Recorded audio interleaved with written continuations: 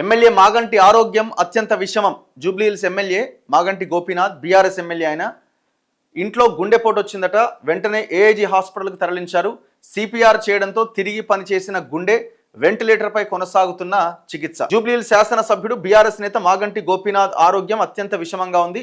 ఆయనకు గచ్చిబౌలిలోని ఏఐజీ ఆసుపత్రిలో వెంటిలేటర్ పైన చికిత్స అందిస్తున్నారట. రకరకాల వార్తలు వచ్చినాయి నిన్న సోషల్ మీడియాలో, అంతా ఫేక్. ఆయన ప్రస్తుతానికైతే ఆరోగ్యం అత్యంత విషమంగా ఉంది, ప్రాణాలతోనే ఉన్నారు. సో ఆయనకి ఏం కావద్దు, ఆయన మళ్ళీ ప్రజల్లోకి రావాలని కోరుకోవాలి. గురువారం సాయంత్రం ఇంట్లో ఆయనకు గుండెపోటు వచ్చింది. కుటుంబ సభ్యులు 4 గంటల 35 నిమిషాలకి ఏఐజీ హాస్పిటల్కి తరలించారు.